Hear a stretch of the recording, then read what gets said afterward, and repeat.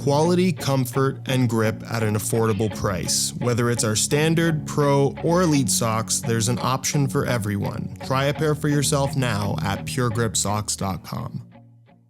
The Phantom GX2 Elite or the Phantom 6 Elite lows. Old versus new. Has Nike made any real progress here, or are they just going backwards? Let's discuss. Starting with the price, where at full retail, the Phantom GX2 Elite goes for $260 in a normal colorway. However, given that it is now an outgoing model, and truthfully wasn't Nike's most popular Phantom model throughout its entire run, you can regularly find these on sale, and of course they will be reduced to clear over the coming weeks and months. So in terms of value for money, a pair of GX2s on sale, if they're what you're looking for, is definitely going to be the better value. Whereas the Phantom 6 Elite lows have yet to release in a non-limited variant. So if you want this launch colorway at full retail, they go for $290, which is $30 more than the GX2. I'm assuming that retail variations are going to drop back down to $260, but it's entirely possible that those price increases that everyone's been talking about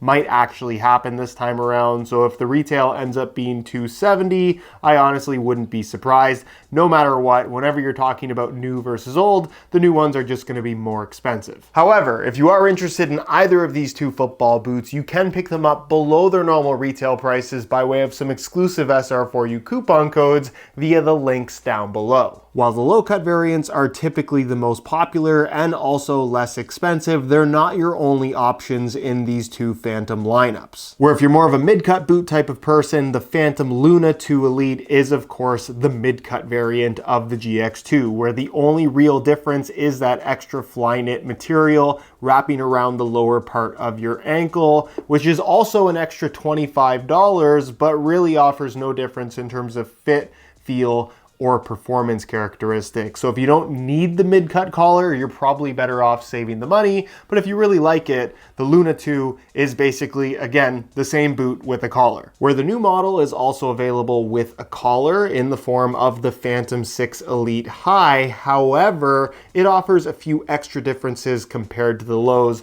than what we had with GX2 and Luna 2, where of course the obvious one is the inclusion of that lace cover, a design element that has more or less been recycled from the mid-cut GX1, where of course the laces sit underneath the lace cover, allowing you to tuck them in really cleanly, giving you this kind of laceless appearance. And they've actually utilized some of that space across the top of the foot to increase the surface of the grip knit, meaning that you have some extra grip across the top of the foot that you otherwise wouldn't have on the low-cut variant. You also, of course, get that elasticated Flyknit collar that I would say is on the lower side as far as Nike mid-cuts go, but at the very least, you are paying a bit of a premium for legitimately some different features. I still think the comfort, fit, and overall performance is very similar between the two, but at least there is an aesthetic and arguably a feel difference that I would argue justifies the extra cost of the highs over the lows than what we had with the previous generation Phantoms, which I really like. So overall, I'm actually pretty happy that Nike brought back the lace cover to the Phantom lineup. When it comes to touch on the ball, despite what is a pretty significant visual difference between these two, they are still both made from Nike's grip knit material, which is effectively their Flyknit,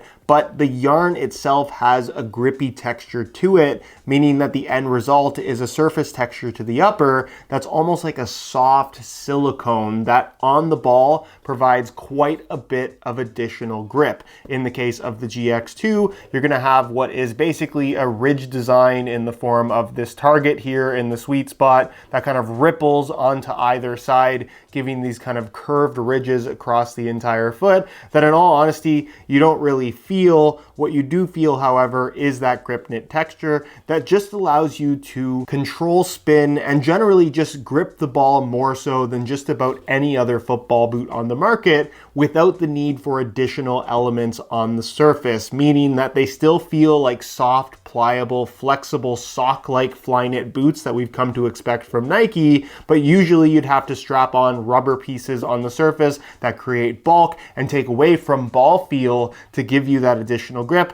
Not the case here with GripKnit. With the GripKnit on the GX2 spanning basically from this seam right here all the way through the forefoot and toe box area, and then cutting off basically at the beginning of the heel here on the medial side, where with that off-centered lacing system, the extra grip on the ball is very consistent. Where in the case of the Phantom 6, it is still a GripKnit upper, and in terms of grip on the ball, I would say it is virtually identical. What they've changed is, of course, that ridge texturing that is now kind of straight ridges across the upper, very similar to what we've seen in the past from Nike in the Mercurial Superfly 5, and just like the GX2, I really don't think the ridge texturing is something that is super noticeable, but what is that additional grip from that GripKnit material. You can see very clearly where it spans, where everything in this teal color along with the orange bit right here on top is fully exposed GripKnit. So it does run a little bit further on the lateral side than it did on the previous generation. But in terms of surface area coverage, I'd actually say they're pretty similar. The low cut Phantom 6 does of course steal that hooded design from the original Phantom GX1 from 2022, which means that the GripKnit kind of covers up the bottom part of the lacing system. So arguably a little bit more surface area across the top of the foot with that grippy texture. And a lot of people have been asking me about this little orange section right here that Nike have highlighted. It's a slight buildup of materials. You could argue the ridging is a little bit more aggressive, but in terms of how it actually feels on the ball, if they didn't highlight it in a different color, you simply would not know that they did anything different. Where despite their pretty extreme visual design differences, when it comes to touch on the ball and the grip that they provide, they are, in my opinion, virtually identical. Speaking of design, we should probably address the elephant in the room, and that is the relatively popular opinion that is the Phantom 6 is just not the most aesthetically pleasing. In fact, there are plenty of people that just think it's straight up ugly. Where of course, I'd be curious to hear all of your opinions down in the comment section, and the general aesthetic of either football boot obviously does not have a huge impact on the way that they perform, but it is still a meaningful element of a modern day football boot, especially when Nike is asking $290 for the Phantom 6 Elite lows. Nobody wants to spend $300 on a pair of football boots that they don't like the look of. Personally, and I know I'm probably in the minority here, I was never in love with the design of the GX2, especially in comparison to GX1, which I thought was a very good looking football boot. And I actually kind of like the more abstract design of the Phantom 6. Yes, at first, my initial impression was that it wasn't the most aesthetically pleasing, but I think some of Nike's best designs over time have been the ones that have been a little bit controversial at the start. And I do think that this design will look better as we see it in more colorways. Even the blue one that they've already shown already looks significantly better than this launch colorway, where I think Nike tried a little bit too hard to make a colorway that highlighted all the different elements of the boot, in turn making one that kind of just looks like a product sample rather than a ready for retail $300 top-end product. As far as sole plates and stud patterns go, Nike have made some pretty big changes coming from GX2 to Phantom 6. However, I don't think all of those changes are necessarily what people were looking for, or one of the major issues that a lot of people had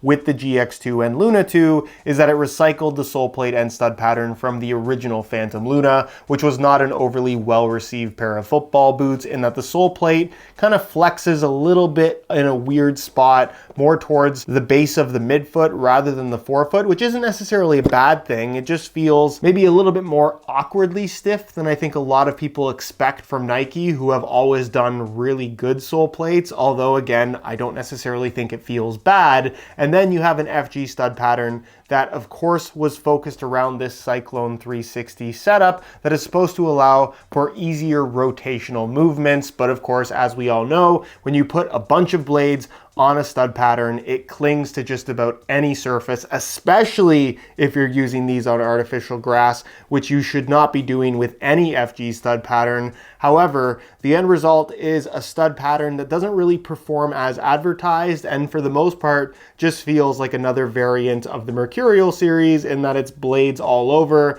and very much just feels like most other speed boots. Not that this is a bad layout overall, but coming from the original Phantom GX1 sole plate and stud pattern, it was pretty much a complete change to what was overall a pretty well-liked design, where the Phantom 6 offers all new sole plate and stud pattern tooling that right off the bat you'll immediately notice flexes in the right spot, and in general is just a little bit of a softer, more flexible feel that I think works extremely well with the super pliable grip knit upper. So big improvement right off the bat with just the sole plate. And then the stud pattern, again, is going to draw some mixed opinions in that they have not ditched the Cyclone 360 setup. You're still gonna have those 5 studs in the exact same spot right at the front of the football boot, where just as they did before, it clings to the surface and doesn't necessarily offer that rotational benefit that Nike is pushing in all of their marketing. However, you can see they've incorporated a few extra studs, 4 rounded studs at the base of the forefoot, and then the heel, you have a combination of the blades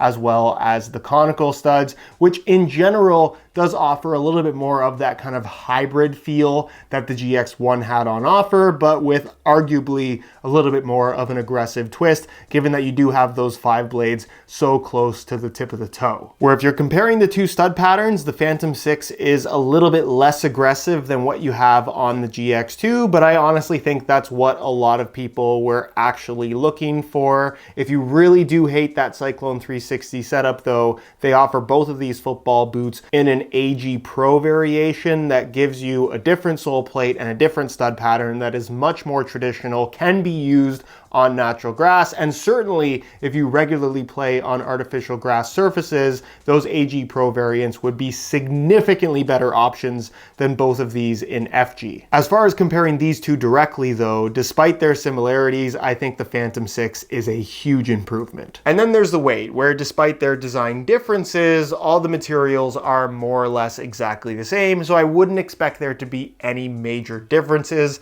both in the same size 9.5 US. We'll start off with the GX2 Elite, and you can see that they weigh in at 6.85 ounces, the equivalent of 194 grams.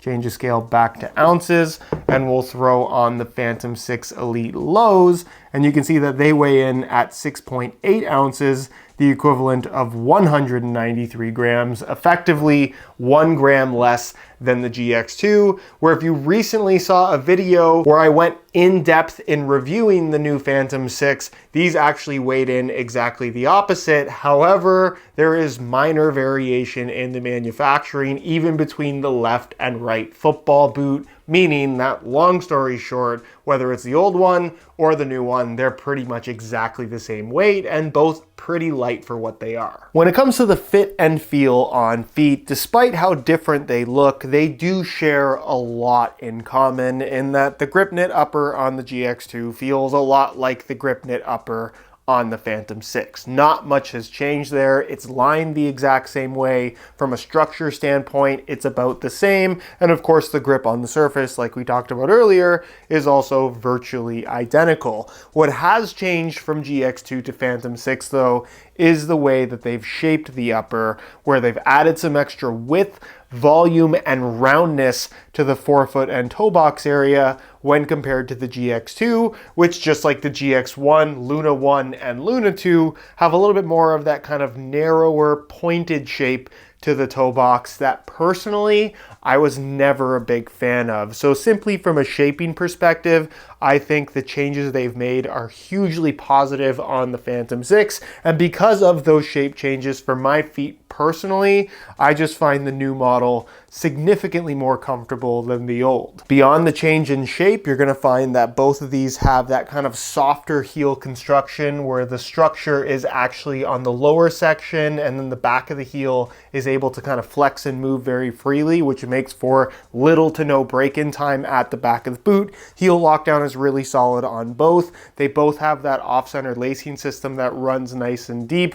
Looks a little bit different on the Phantom 6 lows because of that hooded design, but for the most part, it's still a one-piece upper construction with that elasticated fly knit across the top of the foot. And then of course the sole plate, which we talked about, is different between the two, where you will definitely notice that it's just more flexible on the Phantom 6. And in general, when the boots bend, I just feel like the upper and general design just moves nicer with your foot than with the GX2, where again, I think the sole plate is a lot stiffer than it should be, given how soft and pliable this knitted upper is. From a width perspective, I would definitely say that the Phantom 6 is still going to be the widest offering from Nike, just like the GX2 was. Obviously, if you need that little bit of extra width in the forefoot and toe box area with that more rounded shape, you might find the Phantom 6s to be more comfortable than the GX2s, but plenty of people wore them and found them to be quite comfortable. So it's not like it was an issue with the GX2, but I do think that the majority of people will prefer the fit and feel of the Phantom 6, especially if you do have slightly wider feet. And as far as sizing is concerned, I'm wearing both of these boots in my usual size 9.5 US, where a common complaint for me with the Phantom GX2 and even the GX1 is that they ran a smidge long, maybe about a quarter size, sometimes even less than that, depending on the specific shape of your feet, where because of that pointed toe box, I could just never get my foot right to the end. And if I go down in size, they just end up being too small. Because of this new shaping on the Phantom 6, the boots in turn get rid of that extra quarter size of length, where my usual size 9.5 US brings my toes right to the end as they should be. Again, depending on the specific shape and length of your feet, you might have the opposite issue with the changes that they've made. Sometimes you can be in between sizes. For me, that was always the case with the GX2, and it seems to be solved on the Phantom 6, where for the vast majority of people, I would recommend going true to size in either of these boots. But certainly if you had the Phantom GX2 and found them to be a little bit too long, going down a half size in the Phantom 6 might not necessarily be a bad idea. But again, for the vast majority, true to size in both of these boots is the way to go. So in conclusion, despite these two football boots effectively sharing the exact same core elements on paper, because of Nike changing the last on the Phantom 6, adding that extra width and volume and roundness to the toe box, at least for me personally, makes for a night and day difference in terms of overall comfort. And in general, I just had a much better time in the Phantom 6 than I did in the GX2. In saying that, I do think your mileage can vary depending on the specific shape of your feet, where if you prefer that slightly more pointed, narrower fitting toe box that the GX2, and to be fair, the GX1 also had, you might not love the changes that they've made to the shape on the Phantom 6. But I think for the vast majority, given the chance to try both of these football boots, most would agree that the new ones just feel more comfortable on feet than the old ones. And like I've always said, you can make all the changes in the world as far as tech and performance is concerned, but if the boots aren't comfortable, none of that actually matters. To make a long story short, I don't necessarily think that the GX2 lags behind in any tangible performance characteristics. It definitely still holds its own against the new model, but personally, given the choice between these two, it's a no-brainer. Simply on comfort alone, the Phantom 6 is a huge improvement.